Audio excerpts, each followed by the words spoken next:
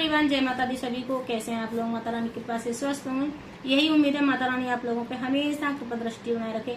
आइए जानते हैं, जो सावन का सबसे पवित्र महीना चल रहा है, इसमें बहुत लोगों को डेली पूजा पाठ करना होता है और उनको पता ही नहीं होता है कि दीपक कब धुलना चाहिए और घंटी कब धुलनी चाहिए।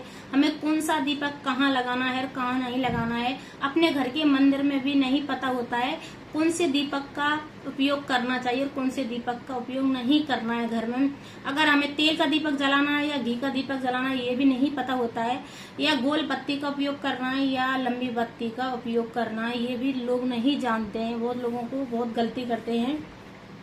और किस धातु का हमें उपयोग करना है जो अपने घर के मंदिर में, आइए जानते हैं। सबसे मेन है, अब जो हम अपने घर के मंदिर में रोज पूजा पाठ करते हैं, हमें नहा धोकर अपना जो दीपक होता है, मिट्टी का दीपक सबसे शुद्ध माना जाता है, पर वो एक ही बार जलाया जाता है और बार बार नहीं जलाया जाता है दीपक, और वो सिद्ध नहीं हो पाता है। इसलिए मिट्टी का दीपक अपने घर के मंदिर में नहीं चुनना चाहिए। हाँ, कभी भी तीज त्योहार आते हैं तो हमें मिट्टी का दीपक जला लेना चाहिए, क्योंकि मिट्टी का दीपक एक ही बार जलाया जाता है, वो टूट जाता है, कहीं से खंडित होता है, तो उसका उपयोग नहीं करते हैं। और अगर हम पीतल का या तांबे का या चांदी का दीपक जला रहे हैं तो वो हम डेली दीपक जलाते हैं। दीपक ही हमारा पूजा का साक्षी होता है, इसलिए वो सिद्ध हो जाता है। डेली हम पूजा पाठ करते हैं, दीपक हमारा बहुत ज्यादा सिद्ध हो जाता है। और मेन चीज क्या होती है, बहुत लोगों को मैंने स्टील का भी दीपक जलाते देखे हैं, और आज के फैशन के दौर में कांच के भी दीपक लोग जलाने लग गए हैं। तो हमें स्टील का दीपक जला रहे हैं या कांच का दीपक जला रहे हैं तो अपनी शनि दोष लगता है, शनि की दशा को खराब करते हैं। तो कभी भी स्टील का दीपक नहीं जलाना चाहिए अपने घर के मंदिर में, हमेशा पीतल का दीपक ही जलाना चाहिए। और अगर नहा धो के हमें दीपक को डेली साफ करना चाहिए। बहुत लोग नहीं जानते हैं, तो जैसे कोई शुद्ध कपड़ा होता है उसी से पोंछ लेते हैं और दीपक जला देते हैं। ऐसा नहीं करना है। अगर हम दीपक जला रहे हैं और उसमें तेल भी रह जाता है और बत्ती भी रह जाती है और वहां से काला काला पड़ जाता है, बहुत लोगों के दीपक काले पड़ भी जाते हैं, तो वो अच्छा नहीं रहता है। और उसको हमें साफ करके ही जलाना चाहिए और तभी शुद्ध होता है दीपक, और तब हमें दीपक जलाना चाहिए। दोनों टाइम धुल के ही दीपक को जलाया जाता है, पानी से धुल लें या साफ जो लिक्विड वाला आता है जो पूजा पाठ के लिए, तो उससे भी धुल के आप साफ करके दीपक जला सकते हैं।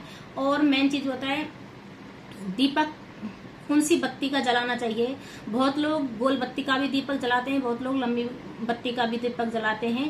तो मेन चीज जो गोल बत्ती का दीपक होता है वो देवताओं के सामने जलाया जाता है, और जो लंबी बत्ती का जो दीपक होता है वो देवियों के सामने जलाया जाता है। मेन चीज जो हम तुलसी माता पे दीपक जला रहे हैं तो वह लंबी बत्ती का उपयोग कर सकते हैं, और जो हम शिव मंदिर में जाके दीपक जला रहे हैं तो गोल बत्ती का उपयोग कर सकते हैं, क्योंकि भोलेनाथ तो देव हैं, तो उनके सामने हमें गोल बत्ती का ही दीपक जलाना है, क्योंकि आजकल डेली मंदिरों में लोग जा रहे हैं।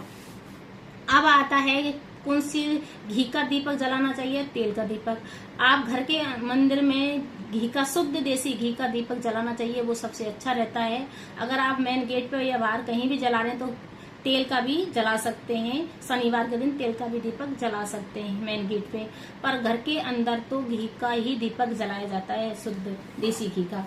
अब आता है कि बहुत लोगों को नहीं पता है कि घंटी हमें कौन सी लेनी चाहिए अपने घर में, और कौन सी दिशा में हमें घंटी रखनी होती है और कितनी बार बजाई जाती है। बहुत लोगों को नहीं पता होता है। हमें घंटी का उपयोग गरुड़ जी होते हैं ऊपर छपे होते हैं, वो हमें घंटी लेनी चाहिए अपने घर के अंदर, और घंटी को भी धुलना चाहिए। जब हम पूजा सारी बर्तन धुलते हैं तो घंटी को भी धुल लें, तभी हम अपने घंटी को बजाना चाहिए। अब घंटी जब सुबह हम पूजा पाठ करते हैं तो घंटी बजानी चाहिए। अगर हम नॉर्मल पूजा कर रहे हैं तो 3, 5 या 7 बार हम घंटी को बजा सकते हैं। अगर हम आरती कर रहे हैं तो आरती में घंटी को लगातार बजाना चाहिए। उससे क्या होता है कि हमारी पूजा की साक्षी, और पूजा जैसे घंटी बजाना बहुत शुभ माना जाता है, इसलिए हम घंटी को बजाते हैं।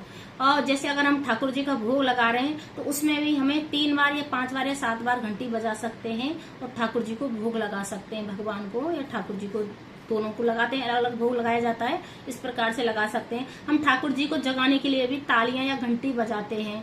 तो इस प्रकार से जो आपकी सामर्थ्य के अनुसार जो आपको लगे उस हिसाब से बजा सकते हैं। अब आता है कि बहुत लोगों को ये नहीं पता होता है कि कि घंटी हमने शाम को बजाना भी चाहिए, नहीं बजानी चाहिए। सुबह तो घंटी बजाई जाती है, बहुत लोगों में शाम को भी लोग नहीं बजाते हैं, बहुत लोग बजाते हैं।